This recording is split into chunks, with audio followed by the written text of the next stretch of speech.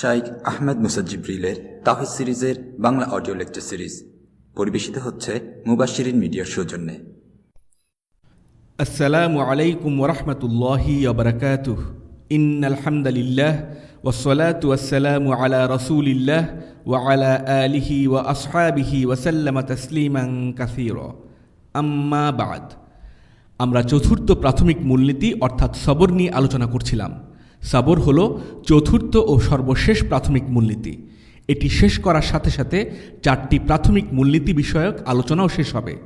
পরবর্তী দার্সগুলোতে ইনশাআল্লাহ এই মূলনীতিগুলোর সপক্ষে দলিল ও প্রমাণাদি উপস্থাপন করা হবে। সবরের আলোচনায় যাবার আগে আমি আপনাদের সাথে সবরের সাথে সম্পর্কিত একটি কাহিনী শেয়ার করতে চাই।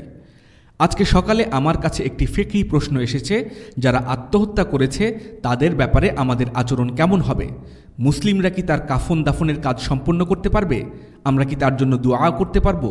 তার জন্য জানাজার সালাত পড়া বৈধ হবে কিনা? আসলে এই প্রশ্নগুলো নিয়ে আলোচনা আমার মূল উদ্দেশ্য না, তবে যেহেতু প্রশ্ন করা হয়েছে আমি শুধু মূল উত্তরটাই দিয়েছি। হ্যাঁ, আত্মহত্যাকারীর জানাজার সালাত পড়া উচিত। আত্মহত্যা করা ব্যক্তি একজন মুসলিম। এ ব্যাপারে আলিমদের সঠিকতর মত হচ্ছে আত্মহত্যা করা কুফরি না। অবশ্যই তার জানাজা ও কাফন দাফন সম্পন্ন করা উচিত। অন্যান্য মুমিনদের মতোই তাদেরও সমাধিস্থ করা উচিত। তাদের জন্য দোয়া ও ইস্তিগফার করা উচিত। এতে কোনো সন্দেহ নেই যে এটি কবিরা গুনাহ, তবে কেবল আত্মহত্যার কারণে কেউ কাফির হয়ে যায় না কিংবা কারো শাহাদা বাতিল হয়ে যায় না। সে যদি জীবিত অবস্থায় সালাত আদায় না করে তবে সেটা সম্পূর্ণ ভিন্ন একটি প্রসঙ্গ। যে ব্যক্তি সালাত আদায় করে না সে কাফির, আমি এই মতটিকেই সঠিক মনে করি। যদিও সে এমন দাবি করে যে সে অলসতাবশত সালাত আদায় করেনি, তবুও সে কাফির। সালাতের প্রশ্ন আসলে হিসেব সম্পূর্ণ আলাদা। কিন্তু যদি সে সালাত আদায়কারী হয় আর তারপর সে আত্মহত্যা করে তবে সে কবিরা গুনাহকারী বলে গণ্য হবে। আলিমরা বলেন, রাসূলুল্লাহ সাল্লাল্লাহু আলাইহি ওয়াসাল্লাম তার সময়কালে এক আত্মহত্যাকারী ব্যক্তির জানাজা পড়াতে অস্বীকৃতি জানিয়েছিলেন, কিন্তু এর কারণ হিসেবে তারা উল্লেখ করেন যে অন্যদের আত্মহত্যা থেকে বিরত রাখানোর জন্যই তিনি জানাজার সালাত পড়াননি। আলিম, সম্মানিত ব্যক্তিবর্গ এবং শাসকদের উচিত আত্মহত্যাকারীর জানাজা পড়া থেকে বিরত থাকা, যাতে তারা অন্যদের আত্মহত্যা থেকে বিরত রাখতে পারেন। কেননা এর ফলে সবাই চিন্তা করবে, আমি যদি আত্মহত্যা করি তবে কি তারা আমার জানাজা সালাত পড়বে? এই চিন্তা একজন ব্যক্তিকে আত্মহত্যা করার আগে দ্বিতীয়বারের মতো ভাবাবে। একজন যুবক আত্মহত্যা করেছে আর সে ঘটনার প্রেক্ষিতেই এই প্রশ্নগুলো আমার কাছে করা হয়েছে। এই যুবকের পুরো ঘটনা বিস্ময়কর। সে ছিল 23 বছর বয়স্ক এক বাংলাদেশি যুবক। সে কুরআনের হাফিজ ছিল। এই ছেলে জীবনে কোনো দিন এক ওয়াক্ত সালাত কাজা করেনি। সে সালাতের ব্যাপারে অত্যন্ত সচেতন ছিল। অন্যরা তাকে কখনো কোনো দিন সালাত কাজা করতে দেখেনি। যেদিন সে আত্মহত্যা করেছিল সেদিনও সে জোহর ও আসরের সালাত আদায় করেছিল। সে নেককার হিসেবে পরিচিত ছিল। সে যে এই ধরনের কোনো কিছু করবে তা কেউ ঘুণাক্ষরেও টের পায়নি। লোকেরা তাকে আমার ব্যাপারে যা জানিয়েছে আমি কেবল সেটুকুই বলছি। ছেলেটির লম্বা দাড়ি ছিল। তার সব আলোচনার একমাত্র বিষয়বস্তু ছিল ইসলাম। আসরের নামাজের সামান্য কয়েক ঘন্টা পর বাসার গৃহপরিচারিকা তার রুমে গিয়ে তাকে দড়ির সাথে ঝুলন্ত অবস্থায় দেখতে পায়। এক বোনকে নিয়েও এমন একটি ঘটনা আছে। বোনটি প্রথমে আমাকে টেক্সট করেছিলেন, তারপর আনুমানিক 4টার দিকে আমাকে ফোন করে বললেন তিনি এই মুহূর্তে বাথরুমে ঢুকে তার হাতের কবজি কাটার চেষ্টা করছেন এবং ইতিমধ্যেই তিনি তা শুরু করে দিয়েছেন। আমি তাকে এর কারণ জিজ্ঞাসা করলাম। তিনি বললেন স্বামীর সাথে কথা কাটাকাটি হয়েছে। সেটা আসলে বেশ বড়সড় একটা ঝগড়া ছিল। তো আমি তাকে বললাম, স্বামীর সাথে ঝগড়ার কারণে আপনি জাহান্নামে 1 মিলিসেকেন্ডও শাস্তি ভোগ করবেন, আপনার কাছে কি এটি সঠিক কিংবা যুক্তিযুক্ত মনে হচ্ছে? আলহামদুলিল্লাহ, তিনি তৎক্ষণাৎ তা থেকে বিরত হলেন। এখন তার অবস্থা বেশ ভালো। কিন্তু একবার ভাবুন, তিনি এমন করলে কি অবস্থা দাঁড়াতো? আল্লাহ সুবহানাহু ওয়া তাআলা তাঁকে, তার বাচ্চা এবং আমাদের সব বোনদের প্রশান্তি ও সুখময় জীবন দান করুন। আরামে থাকা অবস্থায় মানুষ সবরের বিষয়টিকে অবহেলা করে। অনেকেই সবর সম্পর্কে ভাষা জ্ঞান রাখে। মূলত এ কারণেই আমাদের জীবনে এত জটিলতা। যাদের সবরের সক্ষমতা নেই তারা পরীক্ষা, হতাশা, দুশ্চিন্তা ও দুঃসময়ে নিজেদের বাঁচাতে পারে না। আর এভাবেই মানুষ একদিন ঈমান হারা হয় কিংবা তার জীবনের পরিসমাপ্তি ঘটে। কেউ কেউ এগুলো দ্বারা এমনভাবে আক্রান্ত হয় যে একেবারে পাগল হয়ে যায়। অনেকে আবার আত্মহত্যার কথাও চিন্তা করে, কিন্তু মাত্র একটি আয়াত কিংবা একটি হাদিস অথবা সবর বিষয়ক কোনো গল্প বা কাহিনী অথবা এ ধরনের কোনো ঘটনা যেগুলো আমরা এখানে উল্লেখ করছি, এগুলোও যদি কারো মাথায় থাকে তবে সাথে সাথে সে এটি থেকে দূরে সরে আসবে। এই ঘটনাগুলো উল্লেখ করার মূল উদ্দেশ্য আসলে এটাই ছিল যে আপনারা এগুলো অন্তরে বসিয়ে নেবেন। আমি সবর নিয়ে অনেক কথাবার্তা বলেছি। আমি মূলত এটাই বোঝাতে চেয়েছি যে হকের অনুসারী একজন ব্যক্তির জীবনে দুঃখ কষ্ট আসাটা খুবই স্বাভাবিক। বহু বছর আগে আমি ইবনু হাজামের একটি লেখা পড়েছিলাম, যেখানে তিনি বলেছিলেন রাহিমাহুল্লাহ, যে ব্যক্তি মনে করে সে হকের উপর আছে অথচ তাকে কোনোদিন কোনো দুঃখ কষ্ট পরীক্ষায় স্পর্শ করবে না, সে একজন উম্মাদ। আপনি যদি হক পথে থেকে আশা করেন যে আপনাকে কোনো বিপদাপদের সম্মুখীন হতে হবে না, তবে আপনি এই পথে বহাল থাকতে পারবেন না। ইবনু হাজাম রাহিমাহুল্লাহ মূলত এটাই বলতে চেয়েছেন। এমন কোনো ইমাম বা নেতা নেই যিনি পরীক্ষা ছাড়াই ইমাম হতে পেরেছেন। সূরা আল আহজাবের আয়াত, ওয়াজআলনা মিনহুম আইম্মাতান ইয়াহদুনা বিআমরিনা লাম্মা সবারু, এবং যখন তারা ছিল সবরকারী আমি তাদের অর্থাৎ বনি ইসরাইলদের মধ্য থেকে নেতা মনোনীত করেছিলাম যারা আমার আদেশে লোকদেরকে পথ প্রদর্শন করত। আল্লাহ বলছেন, আমি তাদের মাঝ থেকে ইমাম নির্বাচন করেছিলাম। কখন? লাম্মা সবারু, যখন তারা ছিল সবরকারী। এই দিন মহান, একমাত্র মহানরাই একে বহনের ক্ষমতা রাখেন। ক্রমাগত পরীক্ষায় উত্তীর্ণ হয়ে তারা মহান হয়ে ওঠেন। একদিন না একদিন সব পরীক্ষার অবসান ঘটে। মেঘ একসময় কেটে যায়, পরীক্ষাও একসময় শেষ হয়, একদিন তা দূর হবেই। অথবা আপনি পরীক্ষাকে রেখে গফুরুর রহিমের কাছে চলে যাবেন। পরীক্ষা চলাকালীন সময় হয়তো আপনার মৃত্যু আসবে আর আপনি গফুরুর রহিমের কাছে চলে যাবেন। অনেক আলিম বলে থাকেন, প্রতিটি জিনিসই শুরুতে ছোট থাকে আর সময়ের সাথে সাথে তা অনেক বড় আকার ধারণ করে, কিন্তু একমাত্র ব্যতিক্রম হলো পরীক্ষা। পরীক্ষা শুরুতে বেশ বড় আকারে দেখা দেয়, সুবহানাল্লাহ, কিন্তু সময়ের সাথে সাথে আস্তে আস্তে তা মলিন হতে থাকে, একসময় খুব ছোট আকার ধারণ করে। পরীক্ষা হলো মুমিনের সম্মান ও পরিশুদ্ধির উপায়। ইমাম আহমদ তার কিতাবুজ জুহুদ ও মুসনাদে একটি হাদিস উল্লেখ করেন। আবু সাঈদ আল খুদরি রাদিয়াল্লাহু তাআলা আনহু রাসূলুল্লাহ সাল্লাল্লাহু আলাইহি সাল্লামের কাছে গেলেন। রাসূলুল্লাহ সাল্লাল্লাহু আলাইহি সাল্লাম তখন মৃত্যুশয্যায় শায়িত। তো তিনি রাসূলুল্লাহ সাল্লাল্লাহু আলাইহি সাল্লামের দেহে হাত রাখলেন, বললেন, ইয়া রাসূলুল্লাহ, আপনার এত জ্বর যে আমি কাপড়ের উপর দিয়েও আপনার শরীরে হাত রাখতে পারছি না। রাসূলুল্লাহ সাল্লাল্লাহু আলাইহি সাল্লাম তাকে বললেন, ইন্না মা'শারাল আমবিয়াই ইউদাআফু লানাল বালা কামা ইউদাআফু লানাল আজর। ইন কানা আন-নাবিয়্যু মিনাল আমবিয়াই লা ইউবতালা বিল কুম্মালি হাত্তা ইয়াকতুলা ওয়া ইন কানা আন-নাবিয়্যু মিনাল আমবিয়াই লা ইউবতালা বিল ফাকর হাত্তা ইয়াখুযাল আবাআতা ফায়াহবু বিহা ওয়া ফি রিওয়ায়াহ হাত্তা ইয়াখুযাল আবাআতা ফায়াখুনুহা। আমরা নবী রাসূলরা এভাবেই দ্বিগুণ বিপদের সম্মুখীন হই, ঠিক যেভাবে আমরা দ্বিগুণ প্রতিদান পেয়ে থাকি। একজন নবী উকুনের সংক্রমণ দ্বারা পরীক্ষিত হয়েছিলেন এবং সেই যন্ত্রণায় তার মৃত্যু পর্যন্ত হয়েছে। এমন অনেক নবী রাসূল ছিলেন যাদের এত বেশি দারিদ্র্য দেয়া হয়েছিল তারা একটিমাত্র সাধারণ জুব্বার ওজন সহ্য করতে পারতেন না। আরেকটি বর্ণনায় আছে তারা একটি জুব্বা উঁচু করে তুলে ধরতে পারতেন না। দারিদ্র্যের কারণে, অভুক্ত থাকার কারণে তারা এতটাই দুর্বল ছিলেন যে একটি পাতলা জামাও তাদের কাছে এত ভারী মনে হতো, তারা সেটা গায়ে দিয়ে হাঁটতে পারতেন না। তারা এতটাই দুর্বল, শীর্ণকায় ও দরিদ্রতায় জর্জরিত ছিলেন যে তারা সেটার ভার বহন করতে পারতেন না। হাদিসটি কি শুধু এতটুকুই? না, ওয়া ইন কানু লা ইয়াফরাহুনা বিল বালা কামা তাফরাহুনা বিল রাখা। সুবহানাল্লাহ, তারা এই পরীক্ষাগুলোতে সেভাবেই সন্তুষ্ট থাকতেন যেভাবে আমরা আমাদের সমৃদ্ধির সময়ে, সুখের সময় সন্তুষ্ট থাকি। আম হাসিবতুম আন তাদখুলুল জান্নাহ আম হাসিবতুম আন তাদখুলুল জান্নাতা ওয়ালাম্মা ইয়াতিকুম মাসালুল লাযিনা খালাউ মিন ক্বাবলিকুম মাসাতহুমুল বাসাউ ওয়াদ-দাররাউ ওয়া যুলজিলু হাত্তা ইয়াকুলার রাসূলু ওয়াল লাযিনা আমানু মাআহু মাতা নাসরুল্লাহ আলা ইন্না নাসরাল্লাহি করিব। সূরা আল বাকারার আয়াত। আল্লাহ সুবহানাহু ওয়া তাআলা বলছেন, আম হাসিবতুম আন তাদখুলুল জান্নাতা ওয়ালাম্মা ইয়াতিকুম মাসালুল লাযিনা খালাউ মিন ক্বাবলিকুম, কিংবা তোমরা কি ধারণা করছো যে তোমরা জান্নাতে চলে যাবে অথচ সেসব লোকদের অবস্থা এখনও তোমরা অতিক্রম করনি যারা তোমাদের পূর্বে অতীত হয়ে গেছে। আপনি কি জান্নাতে যাবেন বলে ধারণা করছেন অথচ আম্মারও জান্নাতে গিয়েছেন? আমি কি সেই একই জান্নাতে যাব যেখানে আম্মার রাদিয়াল্লাহু তাআলা আনহু গিয়েছেন? আম্মার যেসব পরীক্ষার মুখোমুখি হয়েছিলেন এবং আল্লাহর স্বার্থে সহ্য করেছিলেন, তারপরেও আমি কি তার সমান মর্যাদা পাব? আমিও কি সেই একই জান্নাতে যাব যেখানে বিলাল রাদিয়াল্লাহু তাআলা আনহু গিয়েছেন? অথচ বিলাল পরীক্ষিত হয়েছিলেন, পরীক্ষায় দৃঢ় ছিলেন। তিনি আর আপনি কি সমান? আপনি কি ধরেই নিয়েছেন যে আপনি জান্নাতে চলে যাবেন, অথচ পূর্ববর্তীদের মতো আপনার উপর কিছুই আপতিত হবে না? তাদের উপর কি কি বিপদ এসেছিল? মাসাতহুমুল বাসা, তীব্র দারিদ্র, বাসা হলো তীব্র দারিদ্র, ওয়াদ-দারর বিপদ, ওয়াজুলজিলু এবং তারা প্রকম্পিত হয়েছিলেন, হাত্তা ইয়াকুলার রাসূলু ওয়াল্লাযীনা আমানু মাআহু মাতা নাসরুল্লাহ।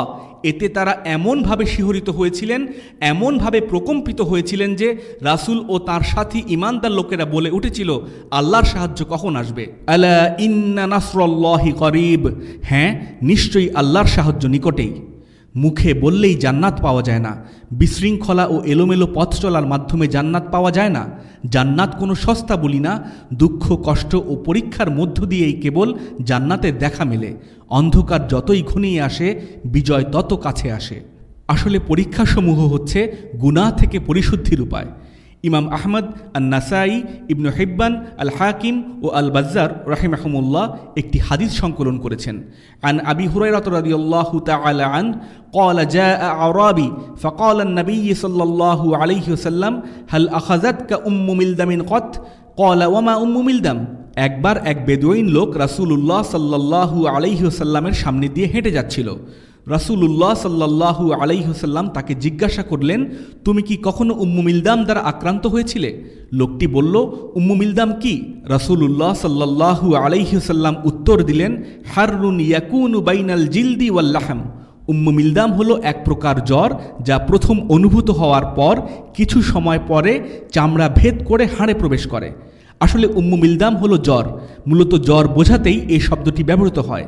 লোকটি জ্বর দ্বারা কখনোই আক্রান্ত হয়নি, এমনকি সে জানতই না এটি কি। রাসূলুল্লাহ সাল্লাল্লাহু আলাইহি ওয়াসাল্লাম তাকে পুনরায় জিজ্ঞাসা করলেন, ক্বালা ফাহাল আখাযাকা হাযা সুদাউ কত ক্বালা ওয়া মা হাযা সুদা ক্বালা ইরকুন ইয়াদরিবু আলাল ইনসানি ফি রাসিহি। রাসূলুল্লাহ সাল্লাল্লাহু আলাইহি ওয়াসাল্লাম বললেন, তোমার কি কখনো মাথা ব্যথা হয়েছে? সে বলল, মাথা ব্যথা কি? রাসূলুল্লাহ সাল্লাল্লাহু আলাইহি ওয়াসাল্লাম বললেন, স্নায়ু ঘটিত কারণে মাথার অভ্যন্তরে অনুভূত ব্যথা। সে বলল, না, আমার কখনো এমন হয়নি, বরং সে জানতই না যে এটা কি। ফালাম্মা ওয়াল্লা ক্বালা মান আহাব্বা আন ইয়ানজুরা ইলা রাজুলিন মিন আহলিন নার ফালইয়ানজুর ইলা হাযা। যখন লোকটি চলে গেল, রাসূলুল্লাহ সাল্লাল্লাহু আলাইহি ওয়াসাল্লাম বললেন, কেউ যদি জাহান্নামী লোক দেখতে চায় সে যেন একে দেখে নেয়। সবসময় যে এমনটা হবে তা নয়, তবে এটাই অধিকাংশ সময় হয়ে থাকে। সহিহ হাদিসে এসেছে, মুমিন হলো গাছের কচি শাখার মতো। গাছের কচি সবুজ শাখা বাতাসে ডানে বামে দোলা খেতে থাকে।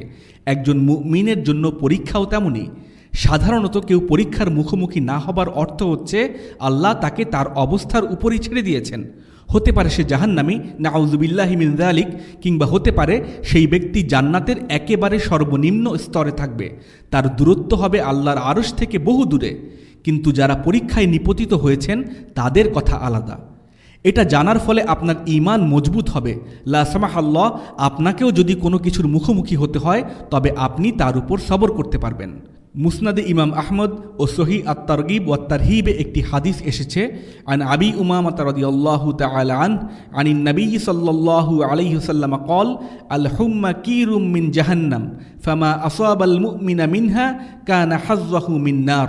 এই হাদিসে রাসূলুল্লাহ সাল্লাল্লাহু আলাইহি ওয়াসাল্লাম জ্বরকে কামারের হাপড় ও ধাতু বিশুদ্ধিকরণের সাথে তুলনা করেছেন। আমরা জানি কিভাবে একজন কামার তার হাপড়ের সাহায্যে ধাতুর ময়লা পরিষ্কার করে। কামার যেভাবে লোহাকে বিশুদ্ধ করে, জ্বরও সেভাবে একজনের জাহান্নামের অংশটুকুকে মিটিয়ে দেয়। কামার লোহাকে আগুনে উত্তপ্ত করে, এর ময়লাগুলো পৃথক হয়ে এটি পুরোপুরি বিশুদ্ধ হয়ে যায়।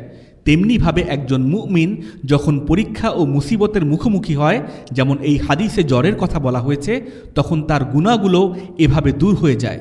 এর ফলে তাকে বিচার দিবসে কোনো রকম জিজ্ঞাসাবাদ কিংবা প্রশ্নের মুখোমুখি হতে হয় না। আল ফুদাইল ইবনে আইয়াদ রাহিমাহুল্লাহ বলেন, ইযা আহাব্বাল্লাহু আবদান আকসারা গাম্মা ওয়া ইযা আবগাদাল্লাহু আবদান ওয়াসআ আলাইহি দুনিয়াহু। আল্লাহ যখন কাউকে ভালোবাসেন তখন তিনি তাকে বিপদ ও দুঃখ কষ্টে ফেলেন, আর তিনি যাদের ঘৃণা করেন তাদের সমৃদ্ধ জীবন দান করেন। সহিহ আল বুখারীতে আবু হুরায়রা রাদিয়াল্লাহু তাআলা আনহু থেকে বর্ণিত একটি হাদিসে আছে যে রাসূলুল্লাহ সাল্লাল্লাহু আলাইহি ওয়াসাল্লাম বলেছেন, মান ইউরিদিল্লাহু বিহি খায়রান ইউসিব মিনহ, আল্লাহ যার ভালো চান তাকে দুঃখ কষ্ট স্পর্শ করে। লক্ষ্য করুন, এখানে বলা হচ্ছে স্পর্শ করে। এর মানে আসলে আল্লাহ সুবহানাহু ওয়া তাআলা একজন মুমিনের জন্য যে দুঃখ কষ্টই নির্ধারণ করুন না কেন, এমনকি যদি সেটা তার জীবনের প্রথম দিন থেকে শুরু করে একেবারে মৃত্যুর শেষ দিনটি পর্যন্ত হয়, তবু এটা তার কাছে শুধু স্পর্শ বলে মনে হয়। আল্লাহ সুবহানাহু ওয়া তাআলা আপনাকে যে অবস্থাতেই রাখুন না কেন সেটা আপনারই গুনার কামাই, আর এর মাধ্যমেই তিনি আপনার অনেক গুনাহ মাফ করতে চান। ওয়ামা আসাবাকুম মিন মুসিবাতিন ফাবিমা কাসাবাত আইদিকুম ওয়া ইয়াফু আন কাসীর, তোমাদের উপর যেসব বিপদ আপদ পতিত হয় তা তোমাদের কৃতকর্মেরই ফল, এবং তোমাদের অনেক অপরাধ তিনি ক্ষমা করে দেন। সূরা আশ-শূরার 30 নম্বর আয়াত। ইবনু হিব্বান, আবু ইয়ালা সহ আরও অনেকে বর্ণনা করেন রাসূলুল্লাহ সাল্লাল্লাহু আলাইহি ওয়াসাল্লাম বলেছেন, আল্লাহ সুবহানাহু ওয়া তাআলা যখন কাউকে জান্নাতের কোনো স্তরে পৌঁছানোর ইচ্ছা করেন যা তার আমলের দ্বারা সম্ভব হয় না, তখন তিনি তাকে বিপদাপদ দ্বারা আক্রান্ত করেন যাতে সে ওই উচ্চ স্তরে পৌঁছাতে পারে। অর্থাৎ আপনি যে আমল করেছেন এর দ্বারা হয়তো জান্নাতের আপনার অবস্থান হবে দ্বিতীয় স্তরে, কিন্তু আল্লাহ তাআলা আপনাকে জান্নাতের 7ম স্তরে নিয়ে যেতে চান। আল্লাহ তার আরশকে আপনার প্রাসাদের ছাদ করতে চান।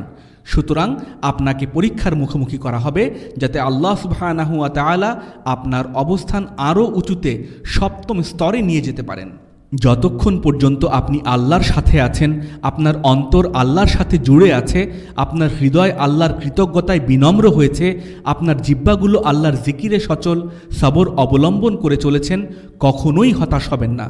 আল্লাহ সুবহানাহু ওয়া তাআলা আমাদের শুকরগুজারি, প্রশংসাকারী ও সবরকারী বান্দা হিসেবে কবুল করুন। পরীক্ষা আসলে জীবনের এক চরম বাস্তবতা। একজন দায়ী ও মুসলিমের জীবনে পরীক্ষা থাকবে, এটাই চূড়ান্ত সত্য। তাই আমাদের সবর করা শিখতে হবে, একে জীবনের অবিচ্ছেদ্য অংশে পরিণত করতে হবে। আপনি একা আছেন নাকি আপনার অনুসারী আছে, এটা আসলে কোনো গুরুত্বই বহন করে না, বরং অধিকাংশ সময় আপনি দেখবেন যে দাওয়া দিতে গেলে আপনার আশেপাশে আপনি আর কাউকেই পাবেন না, কিংবা খুব অল্প সংখ্যকই হয়তো আপনার সঙ্গে থাকবে। বাস্তবে আসলে এমনটাই হয়ে থাকে এবং এটাই নিয়ম। আল ফুদাইল ইবনে আইয়াদ রাহিমাহুল্লাহ বলেন, ইলজাম তরিকল হুদা ওয়ালা তাহজান বিকিল্লাতিস সালিকিন ওয়াহযার তরিকদ দলালা ওয়ালা তাগতাররা বিকাসরাতিল হালিকিন। সঠিক পথের অনুসরণ করো, অল্প সংখ্যক অনুসারীদের নিয়ে হতাশ হও না। পথভ্রষ্ট হওয়া থেকে সাবধান হও, পাপিষ্ঠ সংখ্যাগরিষ্ঠদের দ্বারা বিভ্রান্ত হও না। পরবর্তী পয়েন্ট, আপনার অঙ্গীকারকে, আপনার নিয়তকে নবায়ন করুন। প্রতিদিন আপনার অঙ্গীকারকে নবায়ন করুন। প্রতিদিন আপনার নিয়ত ঠিক করুন। প্রতিদিন একবার করে নয়, বরং একদিনে বেশি বেশি করে নিয়তকে ঠিক করুন। দিনে শুধু কয়েকবার নয়, বরং আপনার প্রতিটি পদক্ষেপে এবং পদে পদে তা ঠিক আছে কিনা দেখে নিন। আপনার প্রতিটি কথা, প্রতিটি লেখা, আপনার প্রতিটি দেওয়া কার্যক্রম, সব কিছুর আগে আপনার নিয়তকে ঠিক করে নিন। আপনার বিপদের মুহূর্তে এটাই আপনাকে সবরের শক্তি যোগাবে। জীবনে কখনো যদি কঠিন পরিস্থিতির মুখোমুখি হন, যদি আপনার পাশে আর কাউকে না পান, আপনার কি মনে হয় আল্লাহ সুবহানাহু ওয়া তাআলা ছাড়া আর কেউ তখন আপনার সাহায্যে আসবে? ইয়াউমা ইয়াফিরুল মারউ মিন আখিহি ওয়া উম্মিহি ওয়া আবিহি ওয়া সাহিবাতিহি ওয়া বানিহি। সেদিন পলায়ন করবে মানুষ তার ভাইয়ের কাছ থেকে, তার মার কাছ থেকে, তার পিতা, তার পত্নী ও তার সন্তানদের কাছ থেকে। সূরা আবাসের আয়াত। তো তারা যদি আখিরাতেই আপনাকে সাহায্য না করে, আপনার কি মনে হয় দুনিয়াতে আপনার কোনো উপকার তারা করতে পারবেন?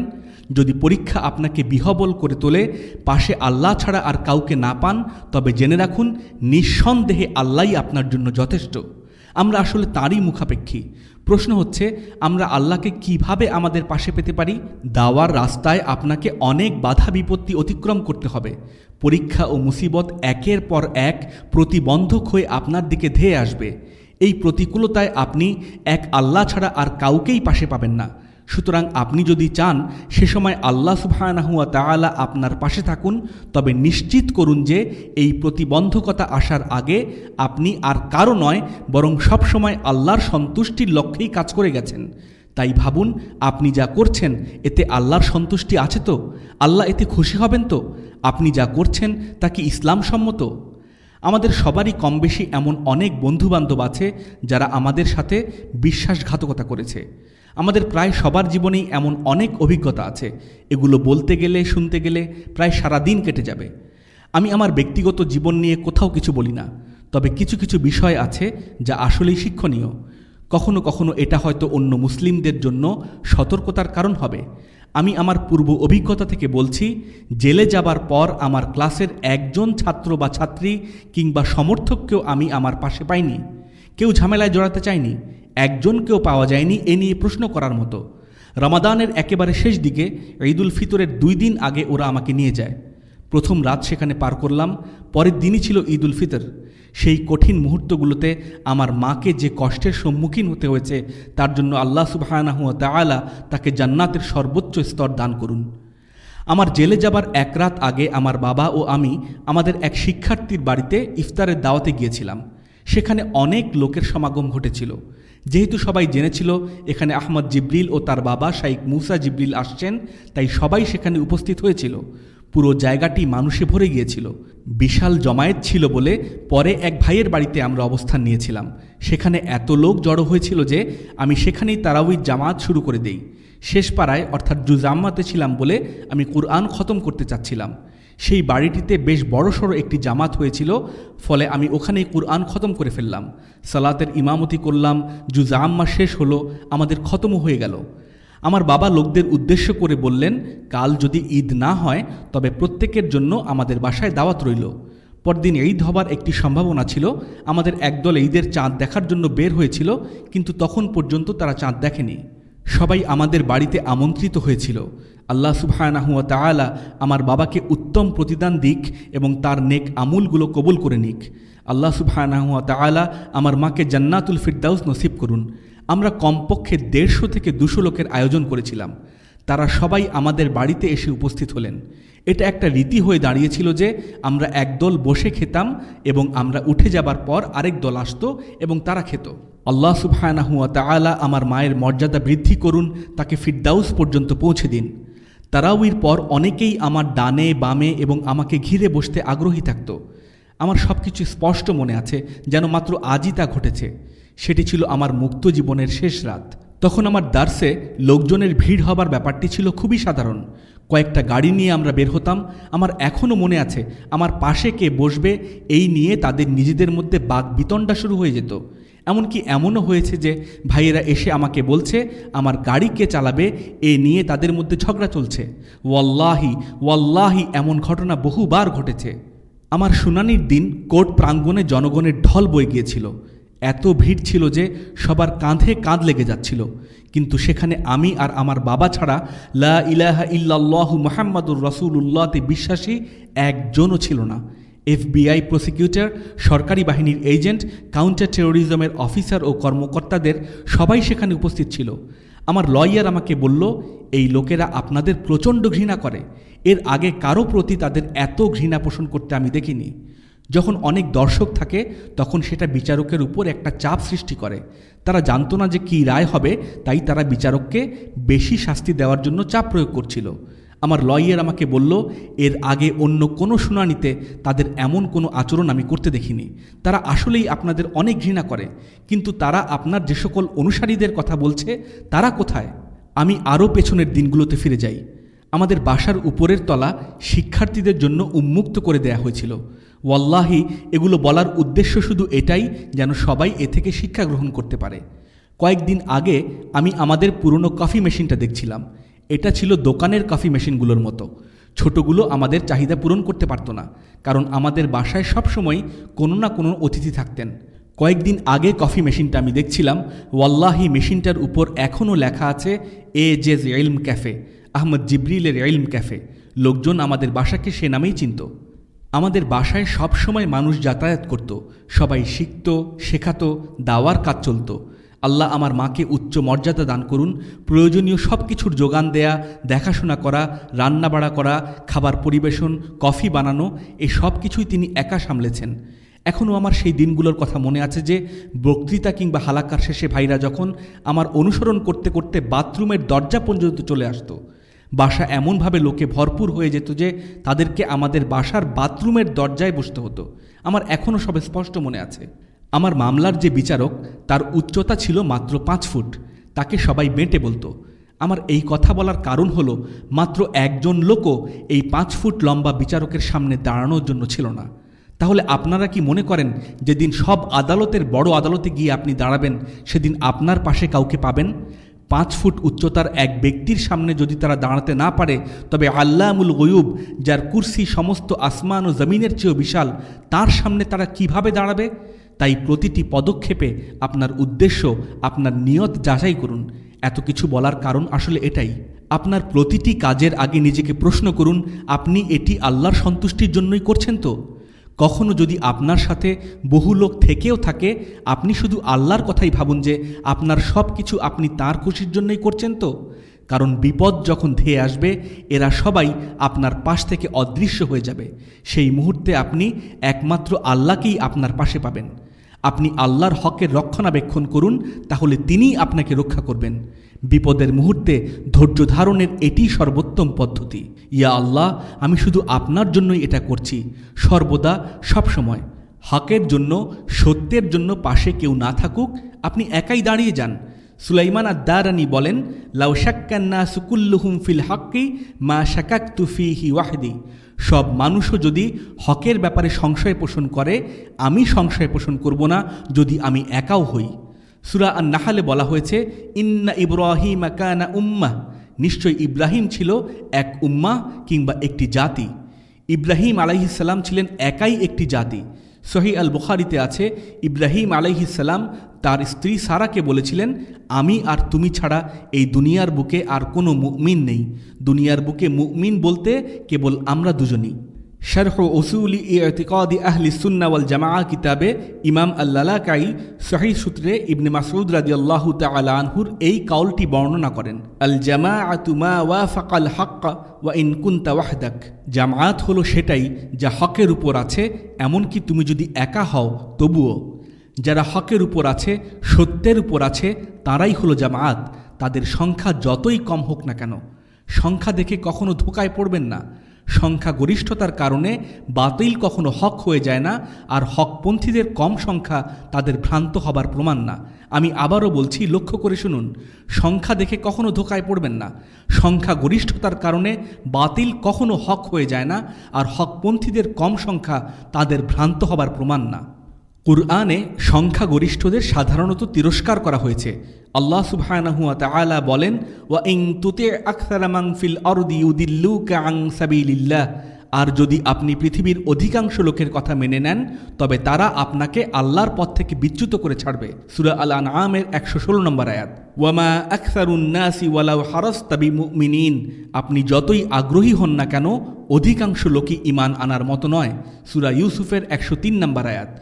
ফাআবা আকসারুন নাসি ইল্লা কুফুরা। কিন্তু অধিকাংশ লোক সত্যকে অস্বীকার না করে থাকেনি। সূরা আল ইসরার 89 নম্বর আয়াত। লাকাদ জি'নাকুম বিল হাক্কি ওয়ালাকিন্না আকসারুকুম লিল হাক্কি কারিহুন। আমি তোমাদের কাছে সত্য পৌঁছিয়েছি, কিন্তু তোমাদের অধিকাংশই তো সত্য বিমুখ ছিলে। সূরা আজ-জুখরুফের 78 নম্বর আয়াত। ইন্না ফি যালিকা লাআয়াহ ওয়া মা কানা আকসারুহুম মুমিনিন। নিশ্চয়ই এতে নিদর্শন আছে, কিন্তু তাদের অধিকাংশই বিশ্বাসী নয়। সূরা আশ-শুআরার 8 নম্বর আয়াত। ওয়া মা ইউমিনু আকসারুহুম বিল্লাহি ইল্লা ওয়া হুম মুশরিকুন। অনেক মানুষ আল্লাহর প্রতি বিশ্বাস স্থাপন করে, কিন্তু তার সাথে সাথে শিরকও করে। সূরা ইউসুফের 106 নম্বর আয়াত। অপরদিকে কুরআনের এমন বেশ কিছু আয়াত রয়েছে যেখানে সংখ্যালঘুদের প্রশংসা করা হয়েছে। আল্লাহ সুবহানাহু ওয়া তাআলা বলেন, ইল্লাল্লাযীনা আমানু ওয়া আমিলুস সলিহাতি ওয়া কালীলাম মা হুম। কেবল বিশ্বাসী ও সৎকর্ম সম্পাদনকারীরা ব্যতীত, এবং এমন লোকদের সংখ্যা অল্প। সূরা সোয়াদের 24 নম্বর আয়াত। আল্লাহ সুবহানাহু ওয়া তাআলা নূহ আলাইহিস সালামের প্রসঙ্গে বলেছেন, ওয়া মা আমানা মাআহু ইল্লা কালিল। অতি অল্প সংখ্যক লোকই তাঁর সাথে ঈমান এনেছিল। সূরা হুদের 40 নম্বর আয়াত। অর্থাৎ নূহ আলাইহিস সালামের সাথে খুব অল্প সংখ্যক লোকই ঈমান এনেছিল। তলুত ও জালুতের কাহিনীতে আল্লাহ সুবহানাহু ওয়া তাআলা বলেন, ফালাম্মা কুতিবা আলাইহিমুল কিতালু তাওয়াল্লাউ ইল্লা কালিলাম মিনহুম। অতঃপর যখন লড়াইয়ের নির্দেশ হলো তখন সামান্য কয়েকজন ছাড়া তাদের সবাই ঘুরে দাঁড়ালো। সূরা আল বাকারার 246 নম্বর আয়াত। ওয়ালাউলা ফাদলুল্লাহি আলাইকুম ওয়া রাহমাতুহু লাত্তাবা'তুমুশ শাইতানা ইল্লা কালিলা। বস্তুত আল্লাহর অনুগ্রহ ও করুণা যদি তোমাদের উপর বিদ্যমান না থাকতো তবে তোমাদের অল্প কয়েকজন ব্যতীত সবাই শয়তানের অনুসরণ করতে শুরু করত। সূরা আন-নিসার 83 নম্বর আয়াত। সুতরাং স্বল্প সংখ্যক হলেও হকের অনুসারী হবার কারণে আল্লাহ সুবহানাহু ওয়া তাআলা তাঁদের প্রশংসা করেছেন, আর হকের অনুসারীরা সংখ্যায় কম হবে এটাই তো নিয়ম। আজকের পর্ব এতটুকুই থাক। ইনশাআল্লাহু তাআলা আগামী পর্বে আমরা সবর নিয়ে আমাদের আলোচনা শেষ করব। বারাকাল্লাহু লানা ওয়া লাকুম। আল্লাহুম্মা সাল্লি আলা সাইয়্যিদিনা মুহাম্মদ ওয়া আলা আলিহি ওয়া সাহবিহি ওয়া সাল্লিম। আসসালামু আলাইকুম ওয়া রাহমাতুল্লাহি ওয়া বারাকাতুহু। এই বাংলা অডিও সিরিজটির বাকি পর্বগুলো শুনতে ভিজিট করুন মুবাশশিরিন মিডিয়ার ফেসবুক পেজ www.facebook.com/mubashirin।